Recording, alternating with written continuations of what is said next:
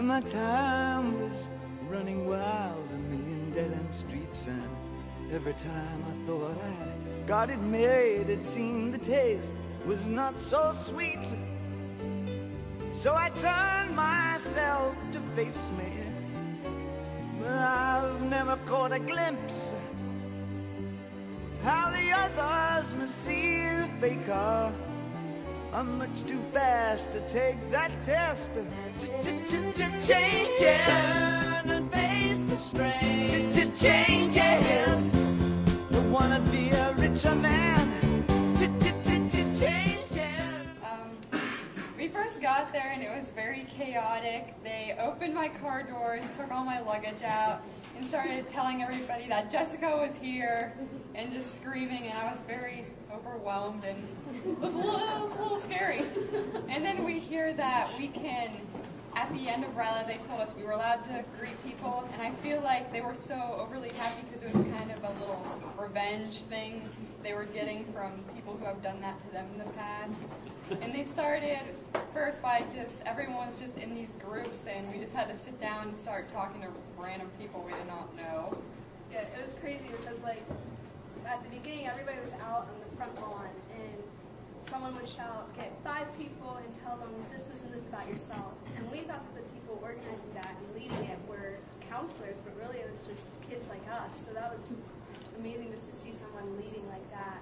And then we had to go with everybody and do other things, and like create a song about our birth month or ride that pony.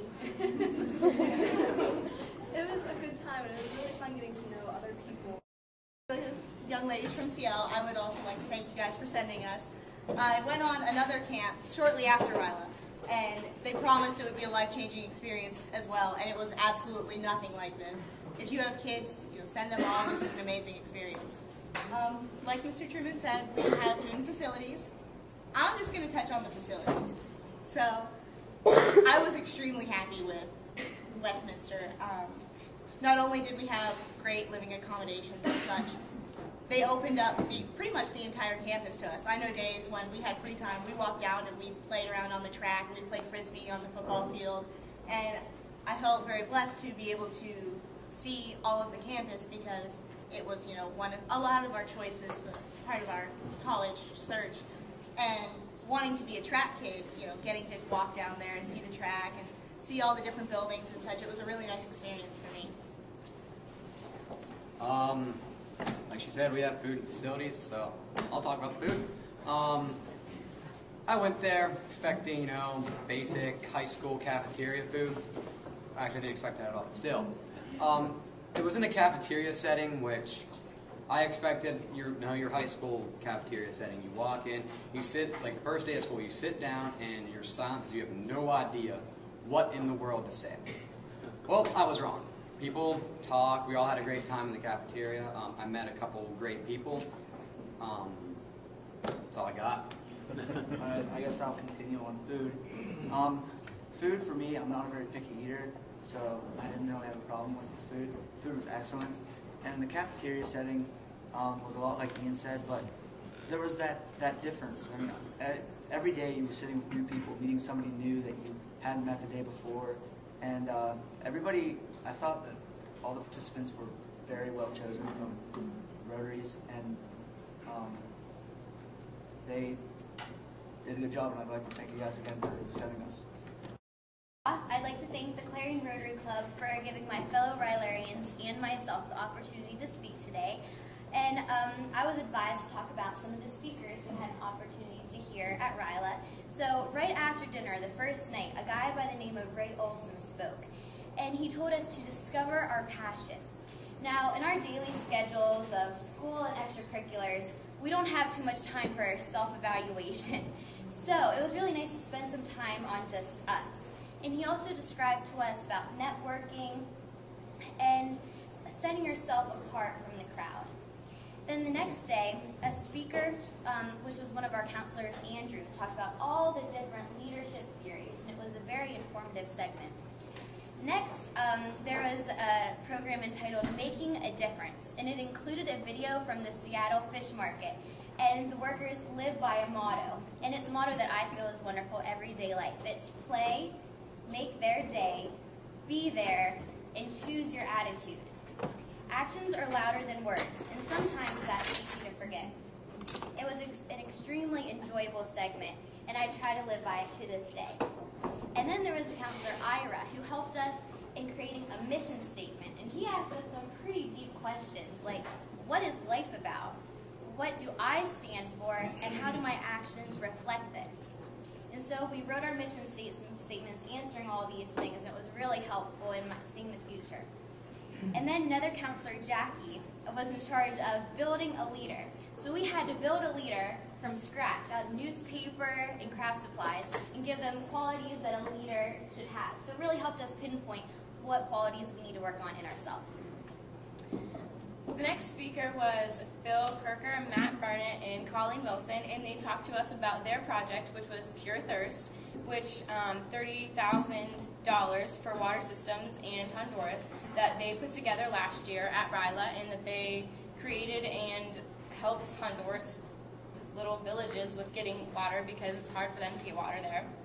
Another speaker is Paul Spradley, which I'm sure we all remember him. He was the African-American gentleman who was all over the place during the presentation. There was no real front of the room.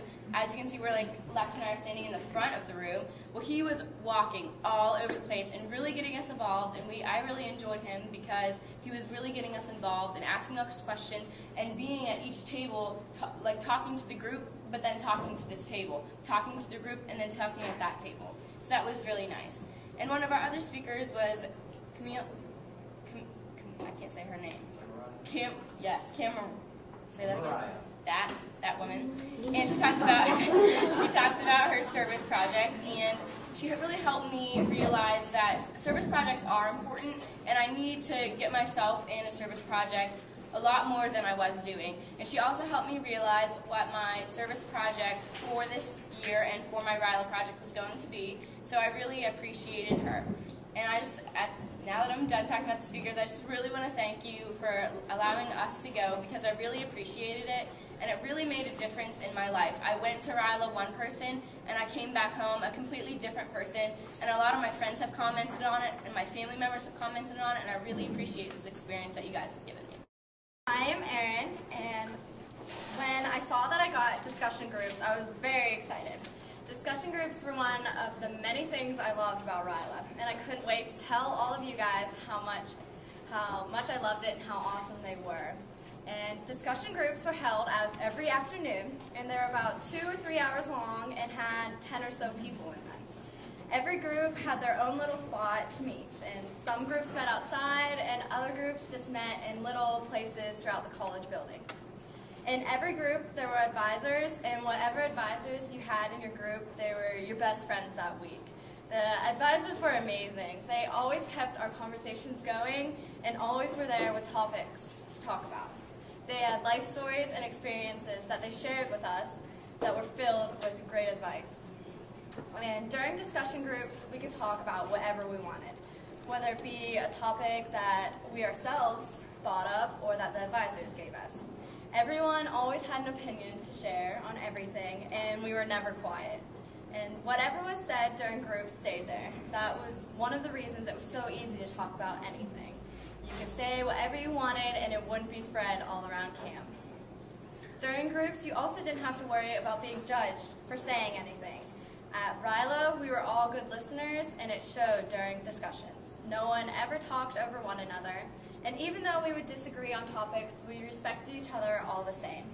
At RYLA, it felt as if everyone were on a level playing field, as an advisor told me, almost as if we were all the same, but unique in our own way. We were all sent there for the same reason. We are leaders, and that made us get along so well. Discussion groups were also a good place to make friends.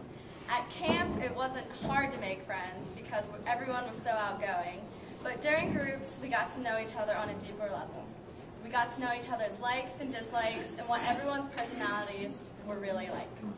Discussion groups were a chance to say anything that was on your mind, and they were a great addition to camp. And before I let Megan talk, I wanted to thank all of you guys for allowing us to go to RYLA. It was truly one of the best experiences of my life, and I'm sure everyone else would say that.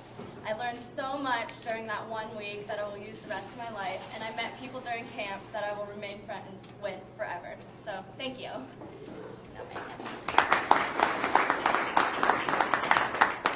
So, I'm going to continue talking about the discussion groups because on Wednesday of our week, we had only known each other at this point for 2 or 3 days, and they asked us wide open. They just said, tell us about a significant event in your life. We had a few days to think about this, and so we went into a classroom. We combined groups. So this was a classroom with about 15 to 20 people that, like I said, we didn't know everything about these people at this point yet, but yet the environment made you feel like you could just say anything you want and you wouldn't be judged for it. You would just be listened to, and no one was going to look down on you for what you were saying. So we were able to discuss events in our life that I can say personally, I never discussed with any of my friends before, but I was comfortable sharing it with this room of people I barely knew. And we learned so many things about each other that day, and it was hard to take in everything you heard in that one setting, that hour that we just shared the things that we struggle with the most sometimes. So I think the most meaningful thing for me was that I looked back on it after RYLA, and I learned that everyone will have something significant happen in their lives, but I think that what defines us as leaders is the way we overcome our struggles. I think that's why we were all sent to RYLA, because we have a unique way of pushing through, and I think that just shows a lot about our own character. And it was just so easy to open up to everybody because, like I said, and like Aaron said too, there were very few standards. Like we don't have to be the best at anything when we're at RYLA. We don't have to be an athlete. We don't have to be anything like that. We just have to be ourselves. That was the only standard they set for us. And it's so much easier to open up whenever there are no expectations except they expect you to be yourself. And it's so hard to find an environment like that anyplace else. So I just think RYLA is a great program simply because it's so easy to make friends, it's so easy to open up, and easy to be yourself. And discussion groups were the best for that. They were just the best part of the whole camp, in my opinion. Night of our camp, which was on Friday, we all got in this big room, and the parents and Rotary members were invited to come, and we opened up the program with each RYLArian walking into the room, holding a double-sided poster with something how RYLA changed us throughout the week. For example, mine said, ashamed of who I was, which was at the beginning of the week, and then proud of who I am on the other side. However, throughout the middle of this little thing that we were doing, the fire alarm went off, and the entire building was evacuated. But luckily, it was just a kitchen fire, which was put out really quickly, and we were able to continue the ceremony. Once all the RYLArians went into the room, and the host of the program made opening remarks, and then got right into the awards that were to be given out. Certain RYLArians were recognized by the counselors of the week for being the most outstanding amongst the group. There was scholarship money that was awarded to a kid. His name was Nick, and he was voted by the counselors to get that. Also, there was another kid, his name was Phil. We voted for him to get the other award. It was for the most outstanding RYLArian. And we had even still kept in touch through Facebook and texting. Then the talent portion of the program began, and every RYLArian there had the opportunity to showcase their talent if they felt like it. And quite a few kids sang, and we had some play piano, and there was a girl there that did like gymnastic type things, twirling things. I'm not sure what it's called. Batons.